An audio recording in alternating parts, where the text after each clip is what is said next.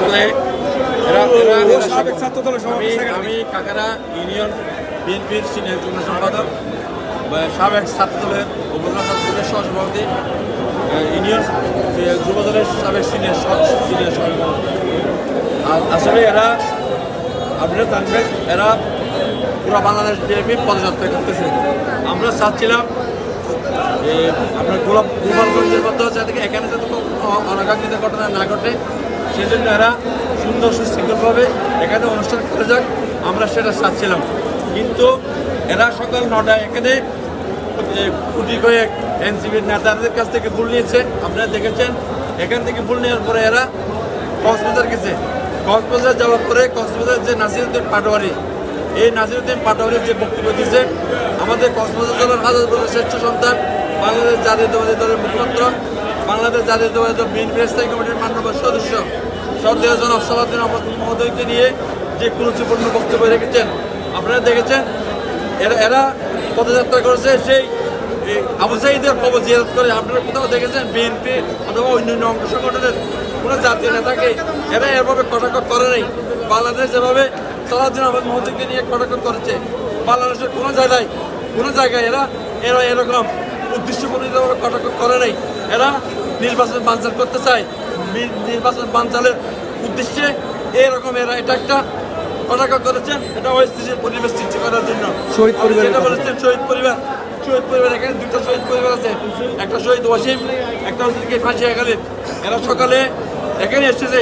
যদি এরা এদের শহীদ পরিবারের সব পরিবারের সাথে দেখা করার ইচ্ছে থাকতো, তাহলে ফেকুয়া যেত, ফাঁসি এখানে যেত। এরা চৌধুরী এখানে আসার পরে কেন ফাঁসি এখানে গেল না, কেন ফেকুয়ে মেয়ের নামে গেল না, কেন শহীদ ওয়াসিমের কবর জিয়ারত করলো না, কেন ফাঁসি এখানে যে শহীদ হয়েছে ওনার কবর জিয়ারত করলো না। এরা সম্পূর্ণ এদের বাহতবাজি। এদের এটা হচ্ছে থেকে নির্বাচন বানচাল করা, এদের দেশি বিদেশি। সরাসরি বল, আমি যেটা বলছি না ওইটার পরিপ্রেক্ষিতে আপনি বলবেন শহীদ পরিবারের প্রতি অবজ্ঞা হচ্ছে কিনা। আমরা আজকে এখানে দাঁড়াইছি, আমরা এখানে দাঁড়ানোর জমায়েতের উদ্দেশ্য হচ্ছে যে কক্সবাজারের প্রাণপুরুষ, আমাদের আস্থা এবং ঠিকানা, কক্সবাজারের লক্ষ লক্ষ মানুষের প্রিয় নেতা আল্লাহ সালাউদ্দিন আহমদ সম্পর্কে এনসিপির মুখ্য সংগঠক অথবা যুগ্ম সদস্য সচিব নাসিরউদ্দিন পাটোয়ারি যে অরাজনৈতিক ভাষায় ব্যক্তি স্বার্থকে চরিতার্থ করার জন্য যে ভাষা প্রয়োগ করে বক্তব্য দিয়েছে, আমরা তার প্রতিবাদ জানাতে এসেছি। এই নাসিরউদ্দিন পাটোয়ারি প্রকাশ্যে ক্ষমা না চাওয়া পর্যন্ত তাকে চকরিয়া অবাঞ্ছিত ঘোষণা করা হবে। যদি সে ক্ষমা চায় তাহলে সে এসে বক্তব্য দিতে পারবে, তাকে মাফ করে দেওয়া হবে। যদি সে প্রকাশ্য ক্ষমা না চায় তাহলে তাকে চকরিয়ার মানুষ অবাঞ্ছিত ঘোষণা করবে।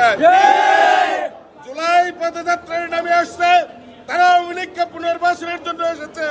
কোন শহীদ পরিবারকে তারা সময় দেয়নি, কোন আহত শহীদ যোদ্ধাকে, জুলাইয়ের যোদ্ধাকে কোন সম্মান দেখায়নি, তাদের সাথে সৌজন্যমূলক সাক্ষাৎকারের সময়টুকু পর্যন্ত দেয়নি। তারা রাজনৈতিক স্বার্থ চরিতার্থ করার জন্য, আওয়ামী লীগকে পুনর্বাসন করার জন্য এবং বড় বড় ডোনেশন দেওয়ার জন্য তারা কক্সবাজারে এসেছে। তাদের আচরণ দেখে মনে হয় তারা কিশোর গ্যাংয়ের সদস্য ছিল। এই কিশোর গ্যাংয়ের সদস্য সিনিয়র টিমদের দ্বারা দেশের উন্নয়ন কখনো সম্ভব নয়। আর তাদের আচরণ যদি এভাবে অব্যাহত থাকে তাহলে যে জুলাইয়ের ঐক্য, সেই ঐক্য রক্ষা করা কখনো জাতির পক্ষে সম্ভব হবে না। সবাইকে